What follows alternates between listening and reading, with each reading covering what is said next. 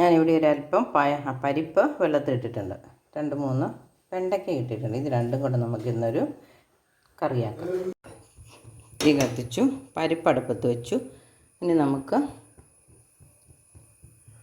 ഇതൊന്ന് മൂടി വെച്ച് വേവിക്കാം. ഒരല്പം ഉള്ളിയും ചേർക്കാം. ഇനി നമുക്ക് പരിപ്പും വെണ്ടയ്ക്കയ്ക്കും കൂടെയുള്ള അരപ്പ് റെഡിയാക്കാം. പരിപ്പല്ലേ, അപ്പോൾ കുറച്ച് തേങ്ങ മതി. ഉള്ളിയും മുളകും തേങ്ങ എടുത്തിട്ടുണ്ട്. ഇച്ചിരി മഞ്ഞളും കൂടെ ചേർത്ത് അരച്ചെടുക്കാം. നല്ല വെണ്ണ പോലെ അരച്ചെടുത്തിട്ടുണ്ട്. ഇനി നമുക്കൊരു ചട്ടി അടുപ്പത്ത് വെച്ച് എണ്ണ ഒഴിച്ച് വെണ്ടയ്ക്ക ഇട്ട് വഴറ്റാം. ഇവിടെ ചട്ടി അടുപ്പത്ത് വെച്ചു. നമുക്കല്പം എണ്ണ ഒഴിച്ച് കൊടുക്കാം. എണ്ണ ചൂടായെന്ന് തോന്നുന്നു. നമുക്ക് കടുക് ഇട്ട് കൊടുക്കാം.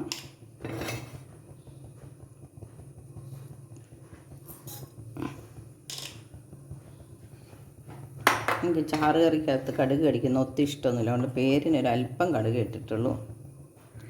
ഇനി നമുക്ക് ഉള്ളി അരിഞ്ഞ് വെച്ചിട്ടുണ്ട്, അത് ചേർത്ത് കൊടുക്കാം. കടുക് പൊട്ടി തുടങ്ങി.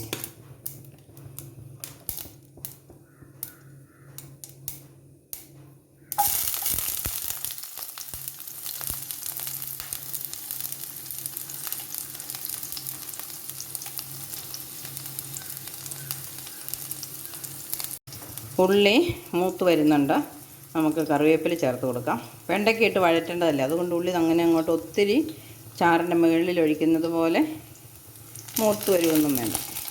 പിന്നെ ആർക്കെങ്കിലും എരിവ് കൂടുതൽ വേണമെങ്കിൽ 2 മുളകും കൂടെ ഇട്ടിട്ടുണ്ട്.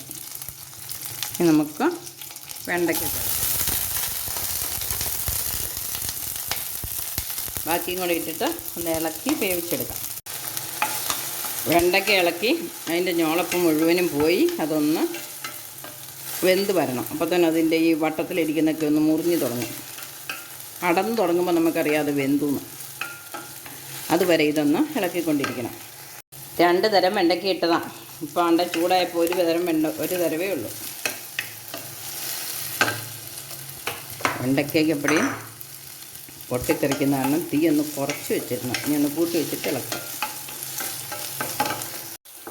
വെണ്ടയ്ക്ക വെന്ത് വന്നിട്ടുണ്ട്. കണ്ടോ, അതോ പൊട്ടുമ്പോൾ അതിൻ്റെ ആ ഓരോ വാരിപ്പനുസരിച്ച് മുറിഞ്ഞു പോരുമെങ്കിൽ നമുക്ക് അടന്ന് പോരുമെങ്കിൽ വെണ്ടയ്ക്ക വെന്തു എന്ന് മനസ്സിലാക്കാം. വെന്തിട്ടുണ്ട്. ഇനി അത് ഒത്തിരി ഉണങ്ങേണ്ടവർക്ക് വേണമെങ്കിൽ കുറച്ച് നേരം കൂടെ ഉണക്കാം. ഇപ്പം ചാറിനകത്തല്ലേ, തിളയ്ക്കാനുള്ളതല്ലേ. ഇപ്പം അതിൻ്റെ ആ ഞോളപ്പം പോയി വേകുകയും ചെയ്തു. ഇത്ര മതി. ഇനി നമുക്കിതിനകത്തേക്ക് മുളക് ചേർത്ത് കൊടുക്കാം.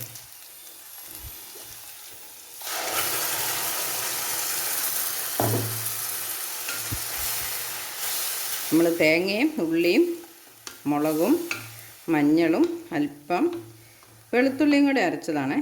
പരിപ്പല്ലേ, അത് പരിപ്പാണല്ലോ നോക്കുന്നത്. അതിനകത്ത് തീരെ മഞ്ഞച്ചിരിക്കാതിരിക്കാൻ വേണ്ടി ഒരല്പം കാശ്മീരി മുളക് പൊടി 1/4 ടീസ്പൂൺ അല്ലെ ഒരു പൊടിക്ക് ചേർത്തിട്ടുണ്ട്.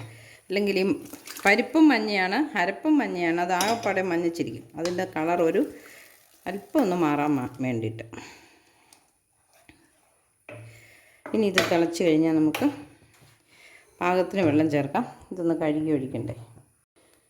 പരിപ്പും വെണ്ടയ്ക്കയും അല്ലേ, രണ്ടും കുറുകി വരുന്നതാണ്. അതുകൊണ്ട് ഒരല്പം ലൂസായിട്ടിരുന്നാലേ ഒഴിച്ചു കൂട്ടാറാകുമ്പോഴത്തേനും തണുത്ത് കഴിയുമ്പം പാകത്തിനാവുള്ളൂ. ഇനി ഇതിനകത്ത് പരിപ്പിനകത്ത് ഒരല്പം ഉപ്പിട്ടായിരുന്നു, വെണ്ടയ്ക്കകത്ത് ഇട്ടില്ല.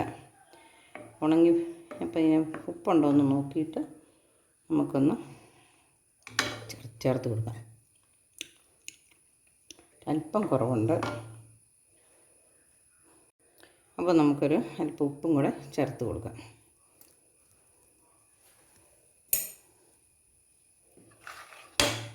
തീ ഒന്ന് കൂട്ടി വെച്ച് തിള വരുമ്പോൾ നിർത്തി ഞാൻ നമ്മുടെ പരിപ്പിട്ട വെണ്ടയ്ക്ക അച്ചാർ റെഡിയായി.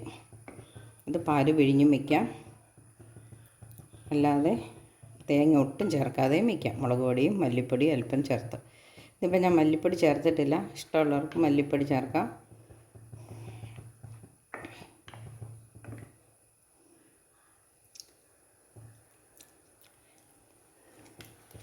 നല്ല ടേസ്റ്റി ആയിട്ട് വന്നിട്ടുണ്ട്. നമുക്ക് ഇളക്കി തിള വരുമ്പോൾ നിർത്താം. അപ്പോൾ എൻ്റെ പരിപ്പിട്ട വെണ്ടയ്ക്ക അച്ചാർ തേങ്ങ അരച്ചത് ഇഷ്ടപ്പെട്ടെങ്കിൽ നിങ്ങൾ ഇതുപോലെ വെച്ച് നോക്കണം. കാരണം നമ്മൾ പരിപ്പിട്ട വെണ്ടയ്ക്ക തേങ്ങ അരയ്ക്കാതെ മിക്കാറുണ്ടല്ലോ. അപ്പോൾ ഒന്ന് വെച്ച് നോക്കണം. ഇഷ്ടപ്പെട്ടെങ്കിൽ ഷെയർ ചെയ്യണം, ലൈക്ക് ചെയ്യണം, കമൻ്റ് ഇടണം. അപ്പോൾ പുതിയൊരു വീഡിയോ ആയിട്ട് അടുത്ത ദിവസം വരാം. അതുവരെ ബൈ.